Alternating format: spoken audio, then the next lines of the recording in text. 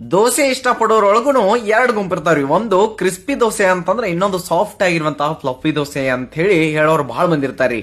ನೀವು ರವೆ ದೋಸೆ ಇಷ್ಟಪಡ್ತಿದ್ರ ಅದ್ರೊಳಗು ಕ್ರಿಸ್ಪಿ ಆಗ್ಬೇಕಂದ್ರ ಹಿಂಗ್ ಮಾಡಿ, ಏನ್ ಮಾಡ್ರಿ, 1 ಕಪ್ ಅಷ್ಟ ಚಿರೋಟಿ ರವಾನ ನೀವು ತಗೋರಿ. ಅದಕ್ಕೆ ಒಂದು ಅರ್ಧ ಕಪ್ ಅಷ್ಟ ನೀವೇನ್ ಮಾಡ್ರಿ, ಅಕ್ಕಿ ಹಿಟ್ಟು, ಹಂಗ 1 ಟೇಬಲ್ ಸ್ಪೂನ್ ಅಷ್ಟ ಗೋಧಿ ಹಿಟ್ಟನ್ನ ಹಾಕಿ, ಅದಕ್ಕೊಂದಿಟ್ಟು ಜೀರಿಗೆ, ಸಣ್ಣಗೆ ತುರಿದಿರುವಂತಹ ಶುಂಠಿ, ಆಮೇಲೆ ಕರಿಬೇವು, ಅದಾದ ನಂತರ ಒಂದ್ ಸ್ವಲ್ಪ ಹಸಿಮೆಣಸು, ಸ್ವಲ್ಪ ಬ್ಲಾಕ್ ಪೆಪ್ಪರ್ ಅಂದ್ರೆ ಕಾಳು ಮೆಣಸಿನ ಪುಡಿ ಹಾಕ್ರಿ.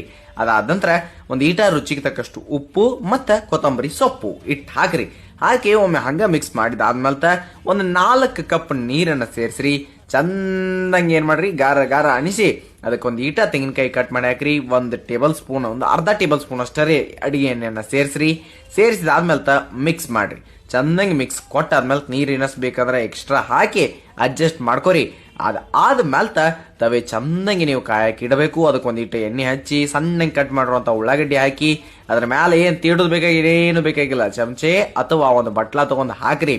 ಆಮೇಲೆ ಅದನ್ನ ಒಂದಿಟ್ಟು ಎಣ್ಣೆ ಅಥವಾ ತುಪ್ಪ ಹಾಕಿ ಚಂದಂಗೆ ಬೇಯಿಸಿ ತೆಗೆದ್ರಿ ಅಂತಂದ್ರ ಕ್ರಿಸ್ಪಿ ಆಗಿರುವಂತಹ ಬಾಳ ಮಸ್ತ್ ಆಗಿರುವಂತಹ ರವೆ ದೋಸೆ ಇನ್ಸ್ಟಂಟ್ ಆಗಿ ತಯಾರಾಕತಿ. ಟ್ರೈ ಮಾಡಿ ನೋಡ್ರಿ. Download ShareChat.